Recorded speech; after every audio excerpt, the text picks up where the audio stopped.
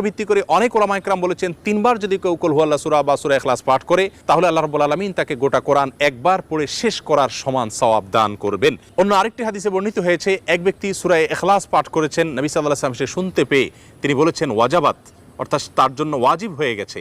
সাহাবা ইকরাম জিজ্ঞাসা করেন ইয়া রাসূলুল্লাহ কি ওয়াজিব হয়ে গেছে? তিনি বলেছেন তার জন্য জান্নাত ওয়াজিব হয়ে গেছে, জান্নাত আবশ্যক হয়ে গেছে।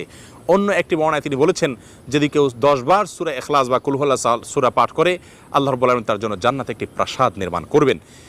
মসজিদে কুবার একজন ইমাম নিযুক্ত ছিলেন যিনি প্রতি রাকাত ফরজ নামাজে সূরা ফাতিহা পাঠ করার পর যখন অন্য সূরা মেলানোর অপশন আসে তিনি প্রথমে সূরা ইখলাস পাঠ করেন, এরপর অন্য সূরা পড়েন।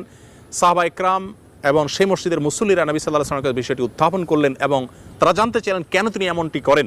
সূরা ইখলাস এটি তো প্রত্যেক রাকাতে পড়াটা বাধ্যতামূলক নয়, সূরা ফাতিহার পর তিনি নিয়মিত এটি কেন করেন?